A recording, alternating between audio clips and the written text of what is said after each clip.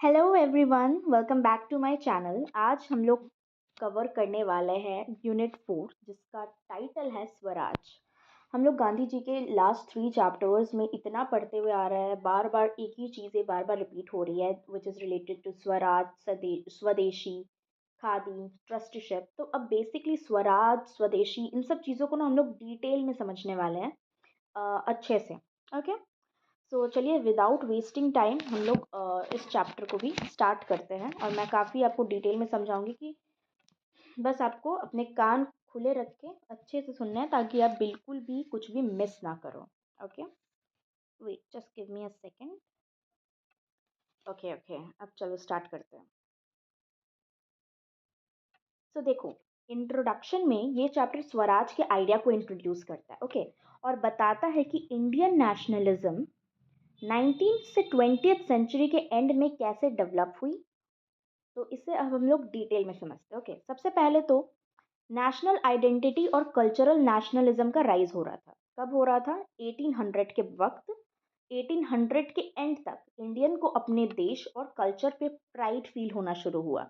लोग खुद को एक नेशन इंडिया का हिस्सा समझने लगे। ये नेशनल आइडेंटिटी की शुरुआत थी। अब क्यों थी, कैसे थी, इसे हम लोग समझते। तो स्वामी दयानंद सरस्वती और स्वामी विवेकानंद की वजह से। तो स्वामी दयानंद सरस्वती ने वेदास की टीचिंग्स को प्रमोट किया और इंडियन को अपने हेरिटेज पर गर्व करना सिखाया। और वहीं स्वामी विवेकानंद ने इंडिया की ग्रेटनेस को दुनिया में पहचान दिलाई, जिनसे इंडियन में कॉन्फिडेंस और यूनिटी जागी। अब ये इतना इम्पोर्टेंट क्यों था? क्योंकि कल्चर पर प्राइड होने के बाद भी एजुकेटेड मिडिल क्लास जो थे, जो बेसिकली जो पढ़े लिखे थे, एजुकेटेड थे, इंडियन मिडिल क्लास के, वो लोग ब्रिटिश लोगों को, बेसिकली वाइट साहिब्स को, लाइक अब उनके कंपैरिजन में अपने आप को इन्फीरियर फील करते थे। तो लीडर्स के एफर्ट से धीरे धीरे ये इन्फीरियोरिटी टूटना शुरू हुई। ओके, लाइक सोचो, इंडिया बेसिकली ना लाइक एक उस स्टूडेंट की तरह जिसे हमेशा बोला गया कि तुम कुछ नहीं हो। और दयानंद एंड विवेकानंद ऐसे टीचर्स थे जो बोलते थे तुम टैलेंटेड हो, अपनी हिस्ट्री को तो देखो। ओके, सो उसी के बाद बहुत सारे पॉलिटिकल मूवमेंट्स और इंडियन नेशनल कांग्रेस आए। इंडियन नेशनल कांग्रेस का फॉर्मेशन हुआ। इंडियन नेशनल कांग्रेस का फॉर्मेशन होता है 1885 में। उनका एक एम था कि इंडिया को एक पॉलिटिकल प्लेटफॉर्म देना जहां वो सेल्फ रूल की बात कर सकें।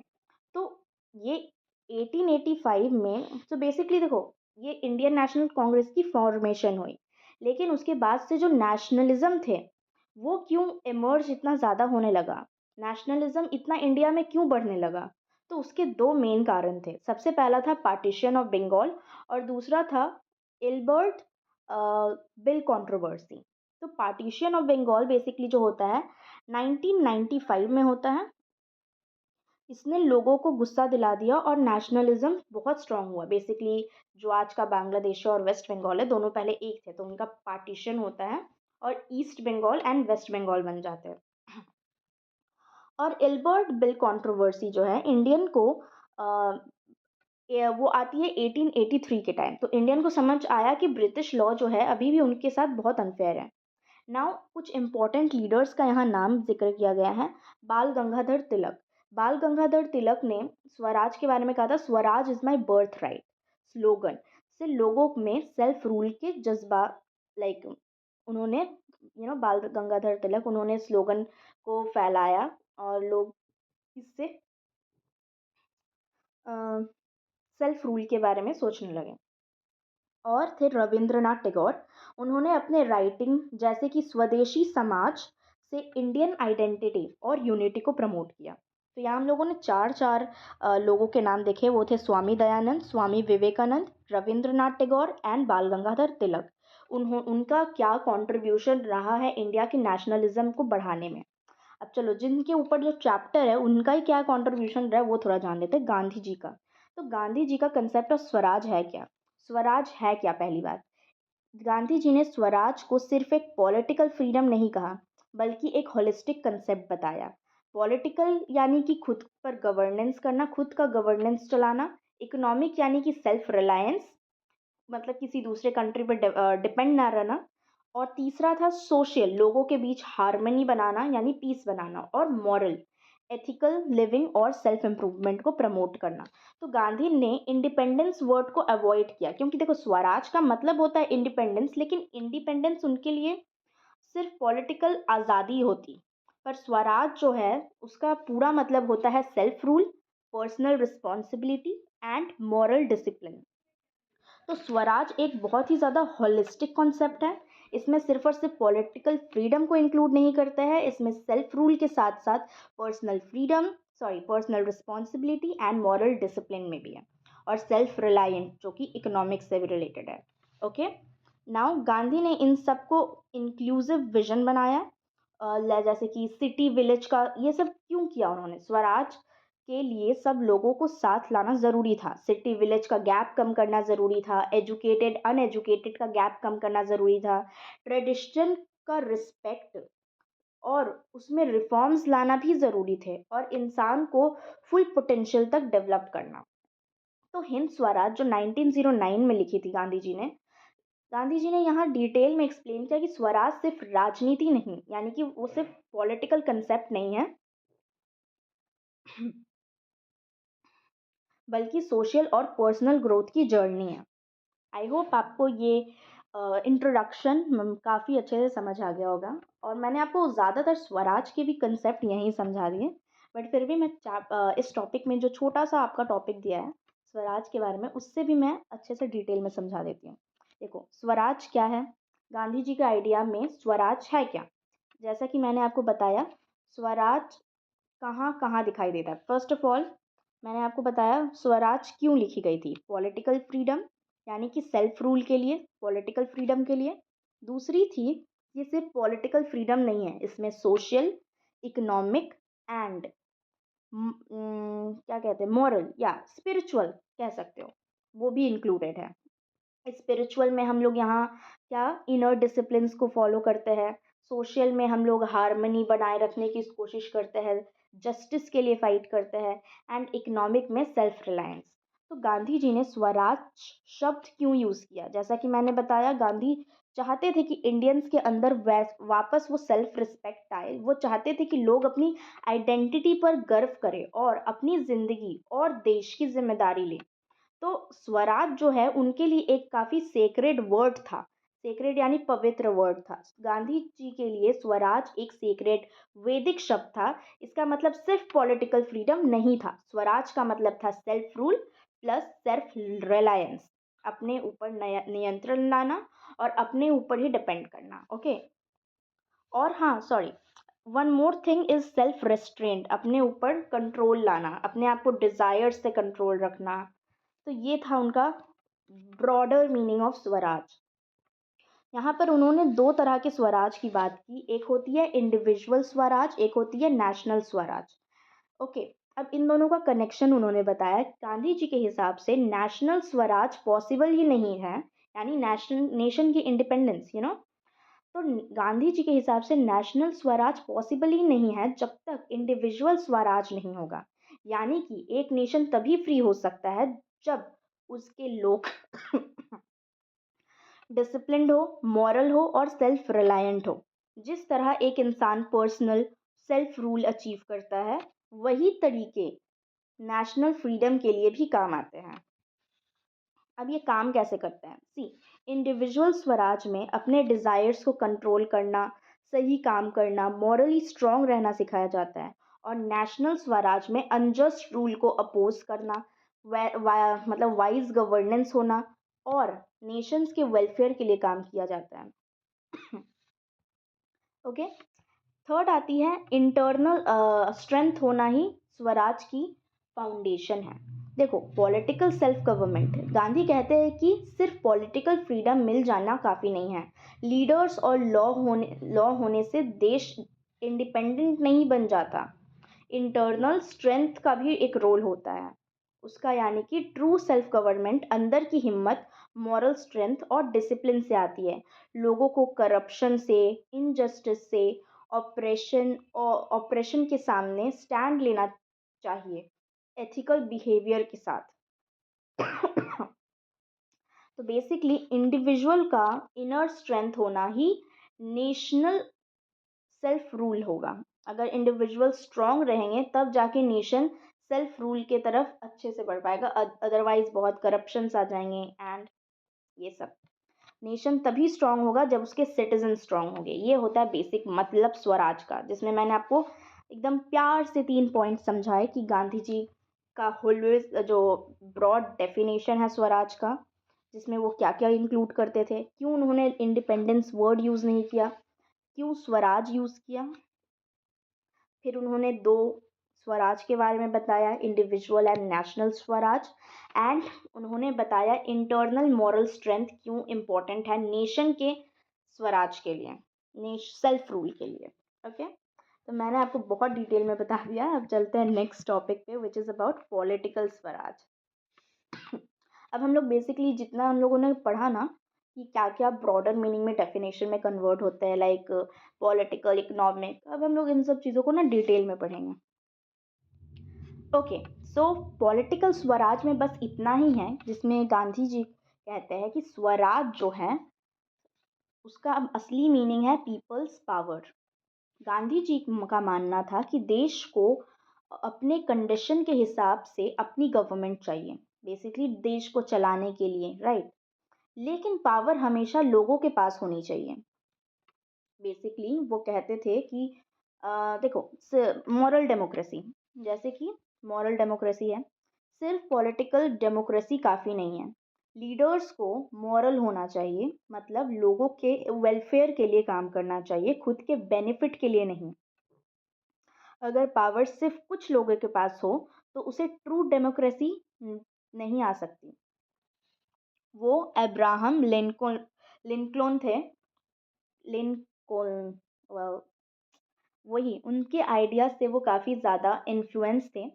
तो लिंकन क्या कहते थे ना कि गवर्नमेंट जो होती है, बेसिकली डेमोक्रेसी, जो वो डेमोक्रेसी के कंसेप्ट के बारे में बात करते थे कि गवर्नमेंट जो होती है ऑफ द पीपल होनी चाहिए, बाय द पीपल होनी चाहिए एंड फॉर द पीपल होना चाहिए। गवर्नमेंट लोगों के द्वारा लोगों के लिए ही, बेसिकली हर चीज़ लोगों से रिलेटेड होनी चाहिए। तो गांधी जी ने बेसिकली इसका बेसिक देखो मतलब क्या होता है ना कि हर इंसान को डिसीजन मेकिंग का हिस्सा बनना चाहिए, लोगों को फ्रीडम मिलनी चाहिए सोचने की, बोलने की, रिस्पॉन्सिबल एक्शन लेने की। और यही गांधी जी ने मतलब बेसिकली यूज़ किया। ओके, कि लोगों को के पास मतलब अंडर डेमोक्रेसी लोगों के पास इंडिविजुअल लिबर्टी होनी चाहिए, ओपिनियन रखने की, एक्शन लेने की, यही सब। ओके, अब देखो, गांधी जी ने एक और बात कही कि डेमोक्रेसी एंड सेल्फलेसनेस के बारे में। ट्रू डेमोक्रेसी क्या है, कि ट्रू डेमोक्रेसी कैसे होती है। गांधी जी के हिसाब से डेमोक्रेट सेल्फलेस होते हैं, सोसाइटी और डेमोक्रेसी के वेलफेयर के बारे में सोचते हैं, अ, अपने पर्सनल या पार्टी इंटरेस्ट के ऊपर उठकर काम करते हैं। ओके, तो गांधी जी ऑनेस्ट डिफरेंस को हेल्दी डेमोक्रेसी का पार्ट मानते हैं। बेसिकली डिफरेंसेस यानी कि जो हमारी सोच में डिफरेंसेस होते हैं ना, वो डिफरेंसेस, तो उन्हें वो हेल्दी डेमोक्रेसी का पार्ट मानते हैं। डेमोक्रेटिक ओरिएंटेशन ऑफ स्वराज, यानी कि गवर्नमेंट जो बेसिकली है मेजॉरिटी की ही रिफ्लेक्ट करे। बेसिकली हमारे यहाँ मेजॉरिटी गवर्नमेंट फॉलो करते हैं ना, वोट में जो मेजॉरिटी के साथ जीता है वो गवर्नमेंट। तो गवर्नमेंट मेजॉरिटी की ही रहे, लेकिन इसका मतलब ये नहीं है कि माइनॉरिटीज को दबाया जाए। ओके, माइनॉरिटीज को डोमिनेट किया जाए। और हाँ, डेमोक्रेसी में जो बेसिकली वोटिंग राइट्स, जो इलेक्ट होंगे गवर्नमेंट, वो अडल्ट्स के द्वारा हो और अडल्ट सफरेज के द्वारा हो, यानी कि हर एक सोसाइटी में मतलब जो भी मेंबर है, चाहे वो मेल हो या फीमेल हो या कोई भी हो, एट सर्टेन एज के बाद सबको वोट करने का अधिकार होना चाहिए।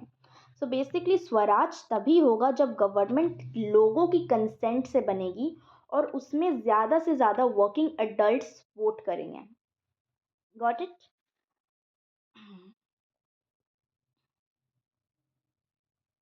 अब देखो, गांधी जी का कहना था, गांधी जी चाहते थे कि जो पार्लियामेंट्री सिस्टम हो एक प्रैक्टिकल और, देखो, ओ माय गॉड, मैं बहुत देर से सिर्फ देखो देखो बोल रही हूँ, please don't get bored with this. हाँ, मैं ये कहना चाहती हूँ कि जो गांधी जी एक्सेप्ट करते थे कि पार्लियामेंट्री फॉर्म ऑफ गवर्नमेंट है, वो एक इमीडिएट गोल है, इमीडिएट सोल्यूशन है, और स्वराज के कंसेप्शन के साथ उन्होंने उसे अलाइन किया।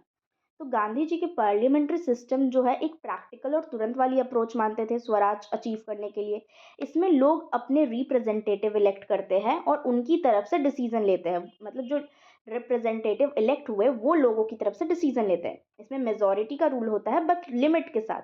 जो मैंने आपको बताया कि मेजोरिटी रूल का मतलब ये नहीं है कि माइनॉरिटीज को डोमिनेट किया जाए, और डिसीजन मेकिंग जो है सोसाइटी की वो ओवरऑल वेलफेयर के लिए होनी चाहिए, ना कि किसी की पर्सनल इंटरेस्ट के साथ, किसी पार्टी के पर्सनल इंटरेस्ट के साथ, या किसी अलग एलाइट पर्सन के, ये नहीं होना चाहिए। अब देखो, गांधी जी एक और पॉइंट कहते हैं पार्टिसिपेटरी डेमोक्रेसी के बारे में, and grass root Swaraj. So basically participatory democracy क्या है? हर इंडिविजुअल को फ्रीडम ऑफ थॉट, एक्सप्रेशन और एक्शन मिलनी चाहिए।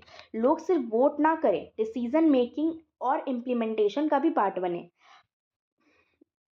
जैसे गवर्नमेंट इंटरफेरेंस जो है वो कम हो। गांधी चाहते हैं कि लोग इतने केपेबल हो जाए कि अपने इशू खुद मैनेज करे। इससे अननेसेसरी लॉस एंड कंट्रोल की ज़रूरत कम हो जाती है। ग्रास रूट सेल्फ गवर्नमेंट क्या है? सो जो ट्रू स्वराज है लोकल लेवल से आता है। जब लोग अपने विलेज टाउन को खुद गवर्न करते हैं, जब सिटीजन को अपनी डिग्निटी और पावर का पता होता है, तभी एक स्ट्रॉन्ग मॉरल डेमोक्रेसी बनती है। ओके, तो बेसिकली देखो, इस टॉपिक में ज़्यादा कुछ नहीं था, बस इतना कहा गया है कि political Swaraj basically peoples power है, यानी कि लोगों के हाथ में पावर होनी चाहिए। गांधी मॉरल डेमोक्रेसी चाहते थे, सेल्फलेस लीडर और फ्री सिटीजन के साथ। एंड वो अब्राहम के जो बेसिकली आइडियाज़ हैं डेमोक्रेसी के लेकर, उनसे वो काफ़ी ज़्यादा इन्फ्लुएंस थे, और वो चाहते थे कि लोगों का पार्टिसिपेशन करनी चाहिए, सिर्फ वोट नहीं बल्कि डिसीजन में भी। पार्लियामेंट्री गवर्नमेंट प्रैक्टिकल गोल था, लेकिन मेजॉरिटी रूल को सोसाइटी के वेलफेयर के लिए यूज़ करना चाहिए, एंड माइनॉरिटीज़ को डोमिनेट नहीं करना चाहिए। And last but not the least, self rule. मैंने आपको बताया ना, ग्रास रूट लेवल से आनी चाहिए डेमोक्रेसी, ताकि लोग इतने केपेबल हो जो अपने लोकल लेवल के, टाउन के, अपने खुद के डिसीजन खुद ले सके और अपने मैनेज कर सके। इसे लॉ की बहुत कम ज़रूरत पड़ेगी। ओके, अब चलो कंप्लीट करते हैं next topic, which is about economic Swaraj. Well, ये काफ़ी थोड़ा सा बड़ा है, लेकिन मैं आपको शॉर्ट में समझा देती हूँ। इकोनॉमिक स्वराज को 4 पार्ट में गांधी जी ने डिवाइड किया था: विलेज डिसेंट्रलाइजेशन, स्वदेशी and khadi, and trusteeship, and bread and labour. Okay, अब मैं आपको ना एक एक करके समझाती हूँ। सबसे पहले गांधी जी के इकोनॉमिक स्वराज के कंसेप्ट किया। तो गांधी जी के अकॉर्डिंग पॉलिटिकल फ्रीडम तभी पॉसिबल है जब इकोनॉमिक फ्रीडम हो। मतलब अगर इकोनॉमी दूसरे के कंट्रोल में है तो पॉलिटिकल डिसीजन भी कभी ट्रूली इंडिपेंडेंट नहीं होती। Now, economic control equals to political freedom कौन, लाइक गांधी जी ने ये बोला कि इंडिया ने अपनी पॉलिटिकल फ्रीडम इसीलिए नहीं खोई क्योंकि हमने अपनी इकोनॉमी, बेसिकली इसीलिए नहीं खोई, इसीलिए, okay, let me a minute. So देखो, गांधी जी ने बोला कि इंडिया ने अपनी पॉलिटिकल फ्रीडम इसीलिए लूज़ की क्योंकि हमने अपनी इकोनॉमी का जो कंट्रोल था वही लूज़ कर दिया। Okay, am I clear now? Yes. तो ब्रिटिशर्स क्या करते थे? इंडिया के रॉ मटेरियल ले जाते थे और इंडिया के लोगों को महंगे फिनिश्ड प्रोडक्ट्स, गुड्स जो थे वो बेच देते थे। लोकल इंडस्ट्रीज जो थी वो डिस्ट्रॉय हो चुकी थी, राइट? तो गांधी जी ने हिंद स्वराज में पूरा एक्सप्लेन किया कि जब इकोनॉमी डिपेंडेंट हो जाती है तो डिसीजन मेकिंग भी डिपेंडेंट हो जाती है। इसलिए इकोनॉमिक स्वराज इज दी जो फाउंडेशन होती है पॉलिटिकल स्वराज की। जैसे अगर मैं आपको एक छोटा सा एग्जांपल दूं, कि एक एग्जांपल देती हूँ, स्कूल।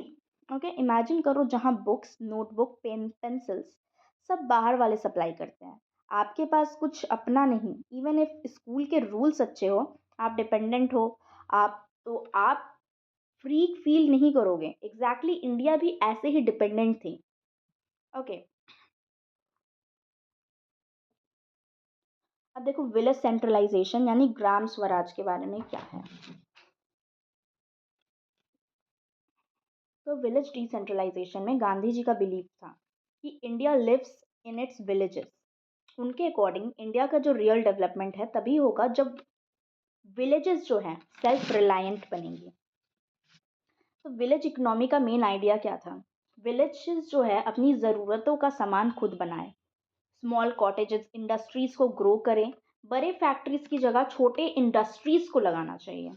तो उन्होंने लार्ज स्केल इंडस्ट्रीज को अपोज किया। क्यों किया? क्योंकि ये लेबर्स को एक्सप्लॉइट करते हैं, वेल्थ कुछ लोगों के हाथ में कॉन्सेंट्रेटेड होती है, और अनएम्प्लॉयमेंट और पॉवर्टी बढ़ जाती है।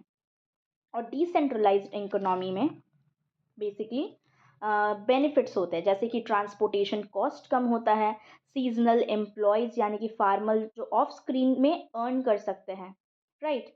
और क्योंकि ऑफ स्क्रीन ऑफ सीजन में बेसिकली जब पानी ना हो, फार्मर्स को भी एक एम्प्लॉयमेंट मिल जाएगी, राइट। और लोकल रिसोर्सेज का मैक्सिमम यूज़ हो सकता है, और रूरल पॉवर्टी जो है रिड्यूस हो सकती है। लाइक इमेजिन करो एक गांव की, जहाँ हर घर में चरखा चल रहा है, पॉटरी बन रही है, कोई बास्केट्स, कोई टूल्स बना रहे हैं। तो बेसिकली गांव सेल्फ सफिशिएंट हो जाएगा, तो कोई अनएम्प्लॉयमेंट नहीं रहेगी। स्वदेशी एंड खादी। सो बेसिकली स्वदेशी का मतलब क्या है, मैंने आपको बहुत ही बार बता दिया है। तो बेसिकली स्वदेशी का मतलब है लोकल प्रोडक्ट्स को प्रेफर करना, जो आपके स्वदेश में बना हो, आपके देश में बना हो, चाहे थोड़ा महंगा हो, तब भी लोकल आर्टिसंस को सपोर्ट करना। गांधी जी का एम था, क्या एम था? फॉरेन माल से लोकल इंडस्ट्रीज डिस्ट्रॉय नहीं होना चाहिए। ओके, तो वो बेसिकली ये कहते थे कि जो फॉरेन गुड्स को उन्होंने रिजेक्ट नहीं किया, उन्होंने ये कहा कि हमें फॉरेन गुड्स कम से कम यूज़ करनी चाहिए जो हम लोग यहाँ डेवलप नहीं कर सकते, और इंस्टेड जो हम लोग यहाँ डेवलप कर सकते हैं तो वो हमें डायरेक्ट यहीं से यूज़ करनी चाहिए, डायरेक्टली लोकल वीवर्स से, आर्टिसन से, क्राफ्टमैन से। तो इससे बेनिफिट मिलते हैं। खादी एंड चरखा। सी, ये जो चीज़ है ना, ये सिर्फ कपड़ा नहीं है, खादी। ओके, ये एक मूवमेंट था। किस चीज़ का मूवमेंट था? तो बेसिकली खादी किस चीज़ का मूवमेंट था? बेसिकली ये तो मूवमेंट था ब्रिटिश के गुड्स को बॉयकॉट करने के अगेंस्ट। जो सिंबल बनता है चार चीज़ों का, इसे अच्छे से याद रखना। सिंबल, खादी किस चीज़ का सिंबल है? यूनिटी का, इकोनॉमिक फ्रीडम का, इक्वालिटी का, एंड सेल्फ रिलायंस का। ओके, तो बेसिकली स्पिनिंग चरखा इज इक्वल्स टू अपने हाथ का काम प्लस अपना इनकम प्लस अपनी सेल्फ रिस्पेक्ट। तो यही थी पूरी की पूरी छोटी सी टॉपिक स्वदेशी एंड खादी में। नेक्स्ट आती है ट्रस्टशिप। वेल, ट्रस्टशिप मैंने आपको पिछले चैप्टर में बहुत अच्छे से एक्सप्लेन की थी, बट मैं यहाँ भी थोड़ा सा एक्सप्लेन कर देती हूँ कि गांधी जी का ट्रस्टशिप कंसेप्ट एक मॉडल इकोनॉमिक मॉडल था। बेसिकली इसका आइडिया क्या था कि जो भी रिच लोग हैं उनकी प्रॉपर्टी उनका पर्सनल राइट नहीं, बल्कि सोसाइटी का ट्रस्ट है उनके पास। तो बेसिकली ट्रस्टशिप में वो कहते हैं कि गांधी जी इन इक्वालिटी से बहुत डिस्टर्ब थे। उन्होंने देखा कि एक तरफ कुछ लोग अमीर लोग हैं, दूसरी तरफ बहुत गरीब जिनके पास खाने तक को नहीं। तो गांधी जी ने सोचा कि दो एक्सट्रीम ऑप्शंस अवेलेबल थे, मार्क्सिज्म एंड कैपिटलिज्म। मार्क्सिज्म जो फोर्स से वेल्थ रीडिस्ट्रीब्यूशन कराती है, एंड कैपिटलिज्म जो रिच और रिचर होते हैं और पुअर और होते हैं। तो उन्होंने थर्ड मिडिल पाथ यूज किया जिसे कहते हैं ट्रस्टशिप। तो ट्रस्टशिप का कोर कंसेप्ट था कि वेल्थ का जो ओनरशिप है लिमिटेड होनी चाहिए। बड़े इंडस्ट्रियलिस्ट इनफाइनाइट प्रॉफिट नहीं कमा सकते। सोसाइटी के रिसोर्स सोसाइटी के ही हैं, किसी एक से के नहीं। रिच का जो होता है ट्रस्टी बना दिया, यानी कि केयर टेकर ऑफ वेल्थ। तो उन्हें उन्होंने कहा कि उन्हें अपने वेल्थ रखने का अधिकार है, लेकिन उन वेल्थ को वो बेसिकली गरीब लोगों की मदद करने के लिए या वेलफेयर के लिए यूज़ करें। ओके, जिससे सोसाइटी का काम हो, अपने पर्सनल यूज़ के लिए नहीं। तो इससे मॉरल चेंज भी आ सकता है और वायलेंस भी नहीं होगा। तो ये था उनका कंसेप्ट ट्रस्टशिप का। और ब्रेड एंड लेबर में उन्होंने कहा कि हर इंसान को अपनी रोजी रोटी खुद की मेहनत से कमानी चाहिए। औरत हो, आदमी हो, अमीर हो, गरीब हो, सब। अब क्यों कहा उन्होंने? क्योंकि गांधी जी को एक और चीज़ बहुत डिस्टर्ब करती थी कि रिच लोग जो है काम नहीं करते, वो खुद काम करवाते हैं। तो poor people work very hard but earn too little, right? तो ये इनजस्टिस एलिमिनेट करने के लिए उन्होंने बोला कि work equals to dignity and labour equals to equality. कोई भी काम नीचा या ऊंचा नहीं होता, ये उन्होंने बेसिकली कहा। और उन्हें ब्रेड एंड लेबर में 4 बेसिक्स पॉइंट्स बताए। बेसिक नीड्स अपनी मेहनत से ही मिलनी चाहिए। ओके, सोसाइटी में हंगर एंड अनएम्प्लॉयमेंट जो है उसकी डिपेंडेंसी ख़त्म होनी चाहिए। सो अगर सब लोग थोड़ा थोड़ा काम करेंगे, कोई भूखा नहीं मरेगा, कोई अनएम्प्लॉयड नहीं रहेगा, सोसाइटी सेल्फ सफिशेंट हो जाएगी, right? And simple living and controlling desire. इसी प्रिंसिपल को एक मॉरल एस्पेक्ट भी दिया कि हमें अपनी वांट्स को लिमिट करना चाहिए, वांट्स को कंट्रोल करना चाहिए, क्योंकि रिसोर्सेज क्या है, लिमिटेड है। हाँ, और फिर हमें इनइक्वालिटी को नेचुरली रिड्यूस करना चाहिए, लाइक फॉर ईगो ख़त्म करके, क्लास डिफरेंसेस को डिसॉल्व करके, अमीर और गरीब के बीच का गैप को है हटा के। सो यही था इकोनॉमिक स्वराज में स्वराज का हिस्सा। वैसे तो स्वराज, सोशल स्वराज जो है काफ़ी छोटा सा टॉपिक है, लेकिन मैं आपको थोड़ा सा डिटेल में बता देती हूँ।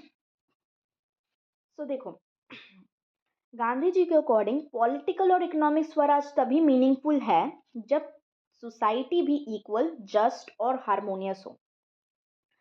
सोशल स्वराज बेसिकली मीन करता है सोशल सेल्फ रूल। एक ऐसी सोसाइटी जहां सब एक दूसरे की रिस्पेक्ट करे और इक्वल ट्रीटमेंट मिले। तो ये आने के लिए आती है सोशल इक्वालिटी। तो गांधी जी एक ऐसी सोसाइटी चाहते थे जहां कोई भी पर्सन डिस्क्रिमिनेट ना हो, चाहे किसी भी बेसिस पर, रिलीजन के बेसिस पे, कास्ट के बेसिस पे, रेस के बेसिस पे, जेंडर के बेसिस पे, या प्लेस ऑफ बर्थ के या बैकग्राउंड के बेसिस पे, किसी भी बेस्ड पर डिस्क्रिमिनेशन ना हो, किसी भी बेसिस पे नहीं। तो गांधी जी के टाइम में इंडियन सोसाइटी डीपली डिवाइडेड थी। Caste system, untouchability, gender inequality, communal tensions, right? तो उन्होंने देखा कि जब तक सोसाइटी इक्वल नहीं होती तब तक यूनिटी नहीं आ सकती, फ्रीडम इनकम्प्लीट रहेगी और डेमोक्रेसी स्ट्रांग नहीं बन सकती। ओके, फिर उन्होंने कहा एक और, इंटीग्रेटेड कम्युनिटी। गांधी जी एक इंटीग्रेटेड यूनाइटेड कम्युनिटी चाहते थे जहां सोसाइटी आर्टिफिशियल बैरियर से फ्री हो, जहां हम वर्सेस वो वाले डिवीजन खत्म हो जाए, जहां सब लोग एक कम्युनिटी की तरह रहें, कम्युनिटी की तरह काम करें। तो basically spirit of social equality को इंक्लूड किया उन्होंने। उन्होंने कहा कि equal social status for everyone होना ज़रूरी है, सबके लिए इक्वल सोशल स्टेटस होना चाहिए और सबकी डिग्निटी की रिस्पेक्ट होनी चाहिए। ओके, अब गांधी जी का एक विजन था सोशल स्वराज का। वो क्या था कि सिर्फ not just law but mindset change. सिर्फ लॉ चेंज करने से कुछ नहीं होगा, माइंडसेट में भी चेंज आना चाहिए। गांधी जी का मानना था सिर्फ रूल्स बनाना इनफ नहीं है, लोगों को सोच और दिल से बदलना पड़ता है। सोशल स्वराज के 4 पिलर्स थे: human dignity, mutual respect, moral living and social harmony. Okay, human dignity यानी ह्यूमन की जो रिस्पेक्ट होती है, म्यूचुअल रिस्पेक्ट यानी एक दूसरे के लिए जो रिस्पेक्ट होती है, मॉरल लिविंग यानी कि जो हम लोग मॉरल बेसिकली एक सही रास्ते पे चलते हैं, और सोशल हार्मनी यानी कि सोशल में जो पीस रहता है एक सोसाइटी में, वो होती है सोशल हार्मनी। वेल, इसका भी चैप्टर हम लोग बहुत डिटेल में पढ़ने वाले हैं आगे आने वाले चैप्टर्स में। सो वो चाहते क्यों थे ये चीज़? क्योंकि political freedom, economic freedom incomplete है अगर सोसाइटी में कास्ट, सोशल, सोसाइटी में किसी भी बेसिस पे डिस्क्रिमिनेशन है, अनटचेबिलिटी एग्जिस्ट करता है, या वेमेन को इक्वल राइट्स नहीं मिलते हैं, या कम्युनिटीज़ एक दूसरे के अगेंस्ट हैं। तो सोशल स्वराज इम्पॉसिबल है basically sorry, political Swaraj and economic Swaraj impossible है या कोई काम की नहीं अगर सोशल स्वराज नहीं है। ओके ओके, तो चलो बस अब एक लास्ट टॉपिक बचा है, स्वराज एज सेल्फ कंट्रोल। ये थोड़ा सा बड़ा टॉपिक है, बट आप अपने कान खुले रखना, बस उतना ही काफ़ी है, और बस सुन के जाना और पॉइंट को नोट करते जाना। अब स्वराज का एक फोर्थ पिलर है, वो है सेल्फ कंट्रोल। ठीक है, तो गांधी जी के अकॉर्डिंग स्वराज का मतलब सिर्फ पॉलिटिकल इंडिपेंडेंस नहीं, बल्कि अपनी डिज़ायर को कंट्रोल करना होता है, मॉरल डिसिप्लिन को फॉलो करना होता है, ट्रुथफुल और फियरलेस बनकर जीना होता है, और रिस्पॉन्सिबिलिटी निभाना होता है सोसाइटी के टूवर्ड्स। ओके, तो एक नेशन तभी अपने ट्रू स्वराज में होता है जब उसके इंडिविजुअल सेल्फ कंट्रोल प्रैक्टिस करते हैं। ये गांधी जी के अकॉर्डिंग था। ओके, तो बेसिकली गांधी जी बेसिकली क्या करते हैं, 11 वोज लेते हैं, 11 क्या कहते हैं वोज, यानी शपथ, ओथ टाइप का। ओके, कि जो भी गांधी जी ने स्वराज चलने वाले हर इंडिविजुअल के लिए 11 वोज बनाए। क्या क्या फॉलो करने के लिए? 11 वोज गिन लेना। ट्रूथ, एक, उन्हें हमेशा सच बोलना है, सच का साथ देना है। नॉन वायलेंस, अहिंसा, कोई भी वायलेंस की जगह नहीं होनी चाहिए। थर्ड होती है नॉन स्टीलिंग, चोरी चकारी बंद, बिल्कुल चोरी नहीं करनी चाहिए। फोर्थ होती है नॉन पोजेशन, यानी कि आपका पोजेशन यानी कि कुछ कोई चीज़ आपकी है, और नॉन पोजेशन यानी आप एक्सेप्ट करते हैं कि कोई भी चीज़ आपकी नहीं है। पांचवी होती है सेलिब्रेसी, यानी कि सेलिब्रेसी यानी कि ब्रह्मचर्य, राइट, अपने सेल्फ डिज़ायर्स को कंट्रोल करना। सिक्स्थ होती है फियरलेस, यानी कि हमें फियरलेस बन के रहना है, यानी कि कोई भी चीज़ का डर जो हमारे अंदर है उसे ख़त्म करना। फिर मैनुअल लेबर, यानी कि गांधी जी ने बार बार बताया कि ब्रेड लेबर, राइट राइट, उसमें क्या, हमें अपना खुद की रिस्पॉन्सिबिलिटी लेनी चाहिए। हमें चाहे कोई भी हो, सबको अपने लिए पैसे खुद कमाने चाहिए, खुद का काम खुद करना चाहिए, ब्रेड लेबर। और control over food, basically non indulgence. Okay, तो खाने के ऊपर कंट्रोल रहना चाहिए, एक सिंपल चीज़ें फॉलो करनी चाहिए। नौवा होता है स्वदेशी, लोकल प्रोडक्ट्स को यूज़ करना चाहिए, even though they can be costly. And tenth होता है equal respect for all religion, सभी रिलीजन के लिए इक्वल रिस्पेक्ट होनी चाहिए। एंड 11th होता है रिमूवल ऑफ अनटचेबिलिटी, अनटचेबिलिटी जैसी चीज़ों को रिमूव करनी चाहिए। बेसिकली अनटचेबिलिटी का कंसेप्ट ही रिमूव करना चाहिए, ये उनका मतलब था। अब वो ये बोझ क्यों दिलवाते थे जो चलना चाहते थे या स्वराजिस्ट बनते थे? ओके, तो इसका तीन मेन कारण था। ये सब करने से मॉरल स्ट्रेंथ बिल्ड होती है, सेल्फ डिसिप्लिन इनकरेज होता है, और सोशल रिस्पॉन्सिबिलिटी प्रमोट होती है। ओके, देखो, अब inner freedom and moral law, इसके बारे में क्या कहते हैं गांधी जी? गांधी जी कहते हैं, देखो, सेल्फ, हम लोग क्या पढ़ रहे हैं, स्वराज एज सेल्फ कंट्रोल, तो सेल्फ कंट्रोल में इनर फ्रीडम मॉरल लॉ से ज़रूरी है, like moral law and inner freedom भी ज़रूरी है। देखो, ट्रू फ्रीडम क्या होती है? ट्रू फ्रीडम होती है अपने अंदर के फियर, ग्रीड, यानी अपने अंदर के डर, लालच, गुस्से, लेजीनेस से जीतना, उन सबको हटाना। Okay, freedom is not, freedom का मतलब ये नहीं कि जो आपका मन आए करे। फ्रीडम का मतलब वो है जो सही है वो करे, सेल्फ डिसिप्लिन के साथ। ओके, फिर आती है इन्वॉल्वमेंट एंड पार्टिसिपेशन, यानी कि participation in society, daily responsibilities जो हमारी फैमिली के टूवर्ड्स होती है, कम्युनिटी वर्क के टूवर्ड्स होती है। तो बेसिकली हमें डेली रिस्पॉन्सिबिलिटी निभानी चाहिए, हेल्प करना चाहिए। Basically daily responsibility, participation in this kind of work basically help the person, मतलब हम लोग के लिए अच्छी होती है, हमें मॉरली ग्रो करता है, स्पिरिचुअली ग्रो करता है। तो गांधी जी ने कहा इससे सेल्फ रियलाइजेशन होती है, इवन मोक्ष। ओके, नाउ रैशनलाइजिंग डिज़ायर के बारे में उन्होंने क्या कहा? उन्होंने कहा कि ह्यूमन बीइंग जो होते हैं बहुत फ्री होते हैं, बिकॉज वो अपने डिज़ायर को कंट्रोल कर सकते हैं, रिस्ट्रेन चूज कर सकते हैं, मतलब अपने आप को नियंत्रित कर सकते हैं, और एथिकली भी रह सकते हैं। एथिकली यानी सब कुछ सही करते हुए अपनी ज़िंदगी को जीना, एक प्रिंसिपल के साथ जीना। तो ह्यूमन बीइंग इसीलिए इतने फ्री होते हैं। ओके, जैसे कि एग्जाम्पल, अगर कोई इंसान जो है अपने टेम्पर को कंट्रोल कर ले, अपने बातों को कंट्रोल कर ले कि अ, जब वो गुस्सा है तो उन्हें उस वक्त ये चीज़ नहीं बोलनी है, या अपनी स्पेंडिंग हैबिट्स को कंट्रोल करे, तो वो एक इनर फ्रीडम हुई, अंदर से आपको फ्रीडम मिलती है। ओके। तो individual as a foundation of Swaraj. तो देखो, गांधी जी के अकॉर्डिंग 3 लेयर्स हैं फ्रीडम्स के। ओके, इंडिविजुअल फ्रीडम सबसे पहली आती है और सबसे मोस्ट इम्पॉर्टेंट होती है इंडिविजुअल फ्रीडम। मतलब इसमें हम लोग अपने ही फ्रीडम को अंदर से फ्रीडम देते हैं, जिसमें हम लोग सेल्फ मास्टरी करते हैं, कंसाइंस होके, मतलब दिमाग से सोचते हैं, अपने आप में डिसिप्लिन डेवलप करते हैं। तो ये होती है इंडिविजुअल फ्रीडम। फिर आती है सिविल सिविल लिबर्टीज, जिसमें हम लोग स्पीच, प्रेस, एसोसिएशन, रिलीजन, इन सब के बारे में बात करते हैं, यहाँ फ्रीडम लाने की बात करते हैं।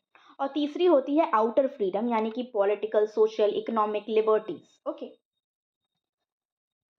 तो बेसिकली गांधी जी के अकॉर्डिंग इन सब में बैलेंस होना बहुत ज़रूरी है। फ्रीडम का मतलब ये नहीं है कि सेल्फिश फ्रीडम होनी चाहिए। गांधी जी चाहते थे कि हार्मनी आए किस चीज़ के बीच में, इंडिविजुअल ऑटोनॉमी के बीच में, social responsibility and voluntary discipline के बीच में। एक डिसिप्लिन इंसान जो है कभी भी किसी वैसे सेल्फिश एंड अनकंट्रोल्ड के ये में नहीं आता। बेसिकली इसका मतलब ये है कि एक डिसिप्लिन इंसान जो है ज़्यादा इंडिपेंडेंट, ज़्यादा फ्री होता है एक सेल्फिश एंड अनकंट्रोल्ड इंसान के कंपैरिजन में। बेसिकली ये है इसका कोड आइडिया।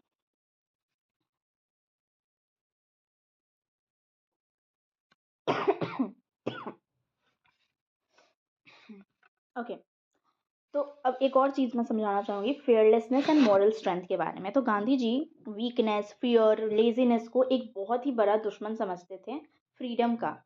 ट्रू स्वराज लाने के लिए ज़रूरत होती है करेज की, फियरलेसनेस की। करेज यानी कि हमारी जो ताकत होती है, हिम्मत होती है। फियरलेस यानी कि हमें किसी चीज़ का जब डर नहीं होता। और मॉरल स्टैमिना, तो मॉरल जो हम लोग होते हैं उस स्टैमिना की।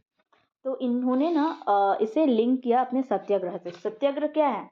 Non violent courage, self control plus moral power. तो अग्रेशन कभी भी स्ट्रेंथ नहीं है, और सेल्फ मास्टरी जो है नॉन वायलेंस के साथ, वही स्ट्रेंथ है। ओके, अब देखो,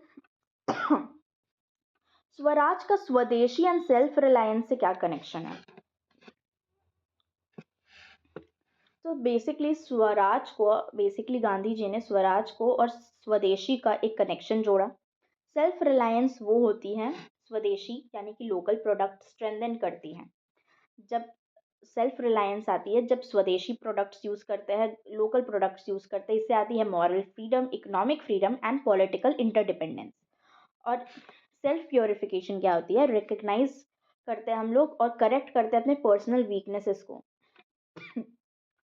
इससे क्या होती है? इससे हमारे पास मॉरल करेज आता है, एक्सप्लॉयटेशन के अगेंस्ट हम लोग खड़े हो सकते हैं, और सिटीजन रिस्पॉन्सिबल होते हैं। ओके, तो यही बस हम लोग को पढ़ना था सेल्फ कंट्रोल वाले टॉपिक में। एक छोटा सा रिकॉल मैं आपको करवा देती हूँ। स्वराज सेल्फ कंट्रोल है, पॉलिटिकल फ्रीडम इनकम्प्लीट है without inner discipline. Gandhi ji ने 11 वोज के बारे में बताया, आपको मैंने 11 वोज 1 by 1 बताए थे, आप उसे बिल्कुल अच्छे से अपने दिमाग में बिठा लेना। और इनर फ्रीडम यानी कि सेल्फ मास्टरी, जो हमें अंदर की जो फ्रीडम आती है वो कैसे आती है? वही जो इनर फ्रीडम जो होती है, हम लोग जब सेल्फ मास्टरी कर लेते हैं, वही होता है political and social freedom. Fearlessness, discipline true freedom की एक बहुत ही एसेंशियल पार्ट है। और सत्याग्रह तभी वर्क करता है जब इंडिविजुअल अपने सेल्फ कंट्रोल्ड एंड मॉरल हो। और स्वराज एंड स्वदेशी बेसिकली मिलकर सेल्फ रिलायंस बनाता है और सेल्फ प्योरिफिकेशन बनाता है, और वही एक रियल इंडिपेंडेंस है।